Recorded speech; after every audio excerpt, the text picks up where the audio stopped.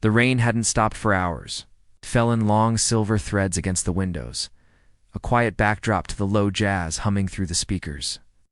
I sat curled up on the edge of the couch, a warm blanket draped across my knees, and a mug of untouched tea resting on the side table. Ray had just stepped out.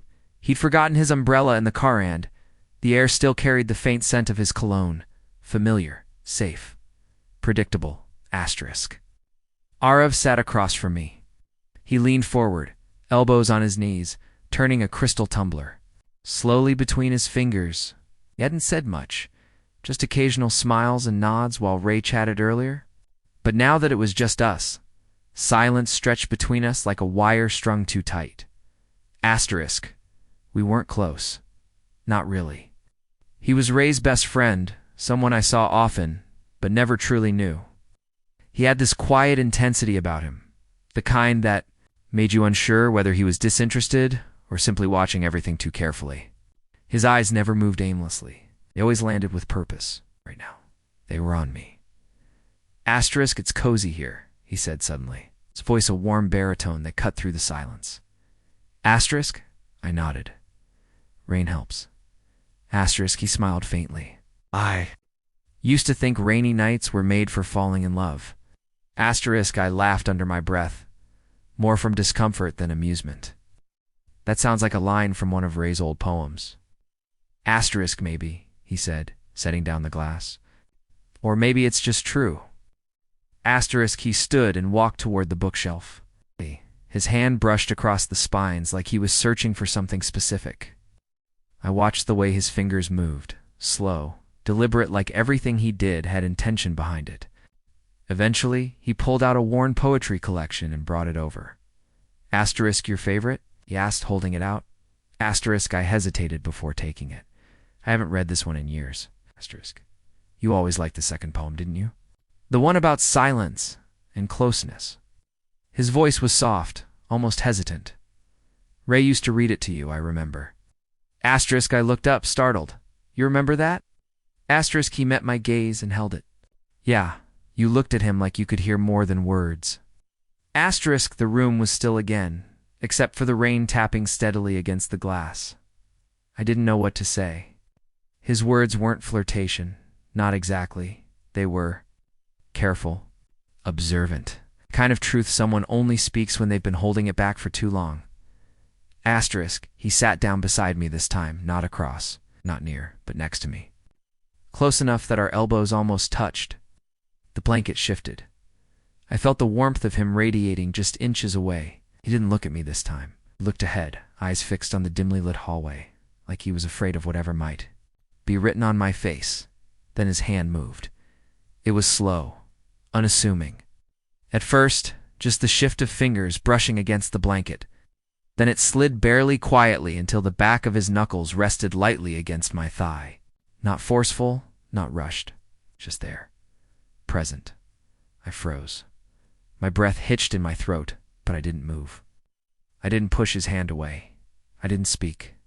The only sound was the hum of the jazz and the beat of my heart in my ears. Asterisk, his hand, descended like a whisper, and my breath caught when it reached its destination. Asterisk, I didn't know what stunned me more, his touch or my response to it. Asterisk, he didn't look at me, not even once. He just let it happen, a gesture so subtle it could be mistaken for accident, but nothing about it felt accidental. It felt like the answer to a question neither of us had dared to ask. Asterisk outside. I saw Ray approaching the front steps, umbrella in one hand, groceries in the other. Asterisk, I shifted away, just enough to break the moment. Arav's hand retreated without resistance. He stood up, stretched like nothing had happened, and walked toward the kitchen as Ray's keys jingled in the lock. Asterisk, my eyes stayed fixed on the window. But my mind wasn't there. It was still caught in the space between seconds, in the heat of something I never expected and couldn't name. Asterisk, I didn't know what it meant. I didn't know what would follow. Asterisk, but I knew this. Something had changed, and I had let it happen. Asterisk, I told myself it meant nothing. A fleeting moment born from silence and proximity, easily forgotten. But forgetting turned out to be impossible. The memory of his hand, warm, deliberate, unapologetically there, lingered long after the evening faded. It lived in my thoughts, like a phantom touch, reappearing in quiet moments when I least expected it. Ray didn't notice. Or if he did, he didn't say anything. That night, he came back inside, soaked from the rain, laughing about how the umbrella was useless and sideways. Wind. He kissed my forehead, made some joke about soup and soggy socks, and went about his evening as if the ground beneath us hadn't subtly shifted. As if he didn't sense that I was no longer entirely his. The truth was harder to admit than it was to feel. I still loved Ray. I loved him in the way people love stability, slow, soft, certain. We had built something together. Rituals, shared spaces, familiar stories retold over Sunday morning coffee. But love can turn quiet. It can fade without anyone raising their voice. And ours had gone so quiet that I didn't hear it slipping away until it was already distant. Arav began appearing more often. Not in a calculated way, never that. But he found reasons. He dropped by with books he thought I'd like, brought over pastries from that bakery we once talked about. He helped Ray with repairs in the garage, stayed after dinners, lingered a little too long in doorways. It was always casual. It's always innocent. Except it wasn't. There were moments, small ones, precise as pinpricks. Arav and I would catch each. Others gaze across a room and neither of us would look away. He'd laugh at something Ray said, but his eyes would be on me. Once he brushed a stray hair from my shoulder, fingers barely grazing skin. I felt it for hours after. He didn't speak of that night. Neither did I. We danced around it like it had never happened, but the weight of it was always there, pressing between us like something unsaid but deeply known. Then came the messages. They started late at night, when Ray had already gone to bed and the house was quiet. Arav would text simple things, lines from poems, songs he thought I should hear, fragments of thoughts. Isn't it strange how some silences feel louder than words? I saw a painting today that reminded me of your expression that night, I should have stopped it. I should have drawn the line and held it firm. But I responded. I let the messages become a thread connecting us. A secret dialogue woven between ours. One night I asked, "Why do you keep writing me things that feel like confessions?" His reply came seconds later. Because they are. That was the moment it stopped being harmless. That was the moment I realized I wasn't simply being noticed, I was being chosen. And worse. Part of me wanted it. Ray, oblivious or trusting, invited Arav over for dinner the following weekend. We ate by candlelight because the electricity flickered all evening. The storm outside made it feel like the world had narrowed to just the three of us, and the shadows that moved across the walls. After dessert. Ray excused himself to take a call from his sister. Arav and I sat at the table alone. The silence was unbearable. You've been quiet tonight, I said. I've been trying not to say things I'll regret, he replied without hesitation. His eyes searched mine, and I felt something crack. Open inside, meal like a truth I'd kept buried was clawing its way out. My heart pounded with the terrifying awareness that I didn't want to stop him anymore. Then, Ray returned. Smiling, holding his phone loosely in one hand, he slid into the seat beside me and leaned over to kiss my cheek. I flinched. It was subtle, barely noticeable, but Arav saw it. He looked away quickly, as if scorched by something invisible. The rest of the night passed in slow-motion, polite conversation. Laughter where it was expected, dishes washed under soft yellow light. But everything had changed. After Arav left, Ray sat beside me on the couch and rested his head on my shoulder. "He's a good guy," he murmured. "Glad he's around." Desk. I swallowed hard, my mouth suddenly dry. "Yeah," I whispered. "He's always around." Ray didn't hear the weight in my voice. Or maybe he did and chose not to ask. He trusted me. That was the tragedy, not the temptation, not the yearning. but the quiet trust he placed in a version of me that was starting to fracture. Asterisk, and I knew, with terrible clarity, that something had started something I wasn't sure I could undo. Arav didn't come around for a while after that dinner. Asterisk, no messages, no unexpected visits, no carefully curated playlists sent in the quiet hours of night. His silence was sudden, unannounced, like someone had sealed off a door I didn't know I'd come to depend on. The space he left behind wasn't obvious, but it was felt. In the way I lingered over my phone longer than necessary. In the way I caught myself turning toward the door when Ray mentioned inviting someone over. Had withdrawn completely, and I hated how much I noticed. Asterisk Ray, meanwhile, was growing warmer, kinder even, as if he sensed a distance but assumed it was his to close.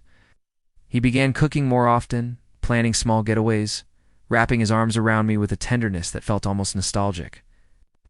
Didn't ask what had shifted, but his gestures said it all. I feel you slipping, and I don't know why. Asterisk, one evening, he brought home a photo album he'd found in a storage box years ago, just beginning. I sat beside him on the bed as he flipped through the pages, smiling at our younger faces, our clumsy decorating efforts, the times when love still felt new and clumsy and full of reckless promise. We were happy, he said softly, almost to himself. We still are, I replied, but even I didn't believe it. The words came too fast, too defensive. Asterisk Gray looked at me for a long time, and something in his eyes wavered. Are we? Asterisk, I couldn't answer. I turned the page instead, hoping nostalgia would fill the silence I couldn't. Asterisk, later that night. I stood in the hallway after he had gone to bed, staring at my own reflection in the mirror, wondering when I had started feeling like a stranger in my own life. My fingers hovered over my phone, pulse quickening as I opened our old thread. Asterisk, why did you disappear? I typed. I didn't expect a reply, but it came almost immediately, because I had to.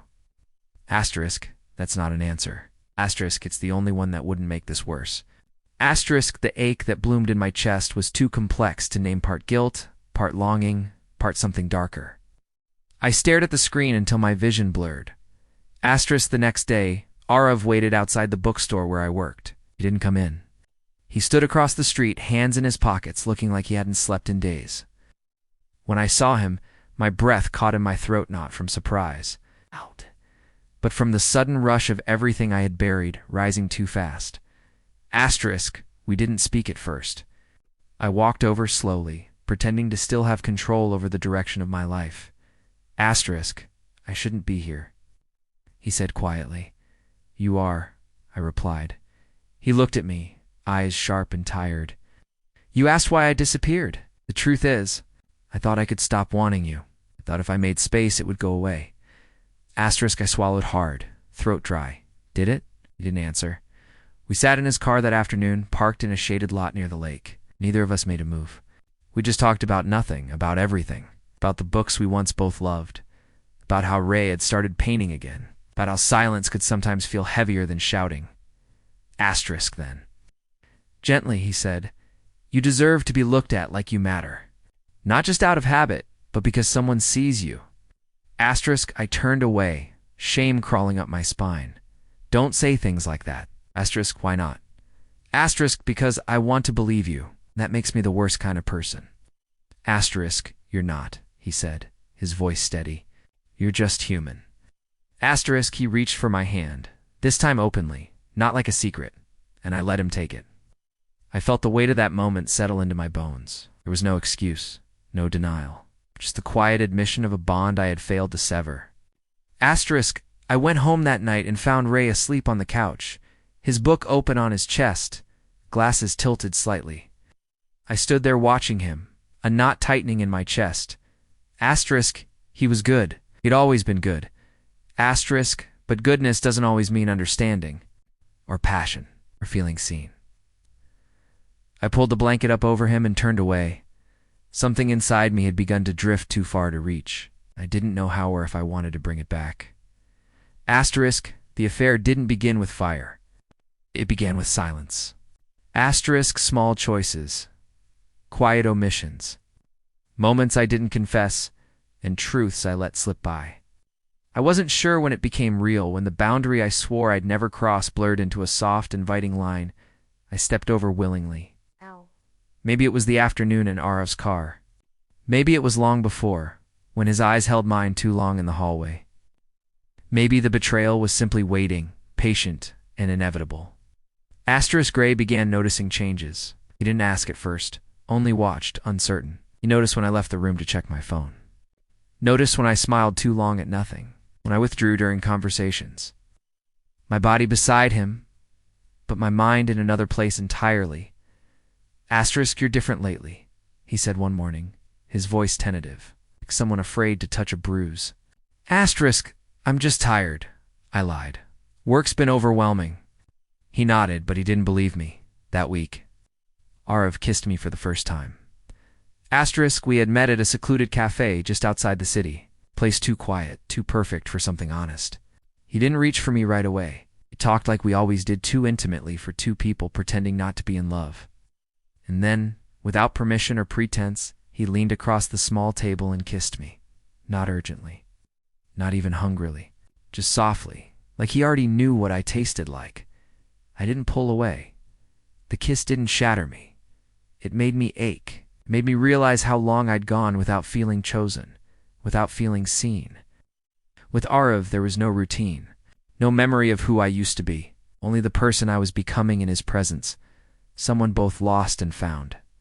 Asterisk, but desire is a dangerous kind of clarity. It sharpens everything. Asterisk, after that day, I couldn't look at Ray without feeling the tremor of guilt cracked behind my ribs. He brought home sunflowers, remembering how I used to love them in spring. He suggested a weekend by the coast. He was trying. I could see it. He was trying to reach for something I was already letting go of. Asterisk, the worst part wasn't what I had done. The worst part was that he still loved me. One night, as I sat beside him, watching the flicker of a movie neither of us followed, he reached for my hand, his fingers laced with mine like they always had. But this time it felt unfamiliar, like remembering a song I hadn't heard in years. Asterisk, tell me, he said, his voice so low I almost missed it. Is there someone else? I froze. This was the moment. The moment every lie collapses, every truth demands a voice. But I couldn't answer. Silence. Again, stepped in to do what I wouldn't. Asterisk, Ray looked at Marili. Looked in, I saw the heartbreak beginning behind his eyes. Not anger, not even betrayal, just pain. The kind that comes when someone realizes they've been loving a ghost. Asterisk, you don't have to say it, he murmured. I already know. Asterisk, tears gathered at the corners of my eyes, but I didn't let them fall. I didn't deserve the comfort of release. Stood, walked to the bedroom, and closed the door behind him without another word. Asterisk, that night I couldn't sleep. I sat on the couch until the sky began to pale, listening to the quiet hum of a house that no longer felt like home. When dawn broke, I called Arav. He answered immediately. I told him, I said, not in words, but he knows. Asterisk, a long pause. Do you want this to be real? He asked. With me? I hesitated because I didn't know. Asterisk, what I had with Arav was lightning bright, hot, dangerous. But what I had with Ray was history quiet, solid, and wounded now beyond repair. Asterisk, I don't know what I want, I whispered.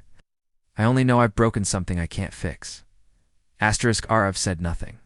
The silence between us stretched not heavy this time, but waiting. Asterisk, later that morning, I left the house with no destination in mind. I walked through streets humming with early light, the world moving around me while I remained motionless inside.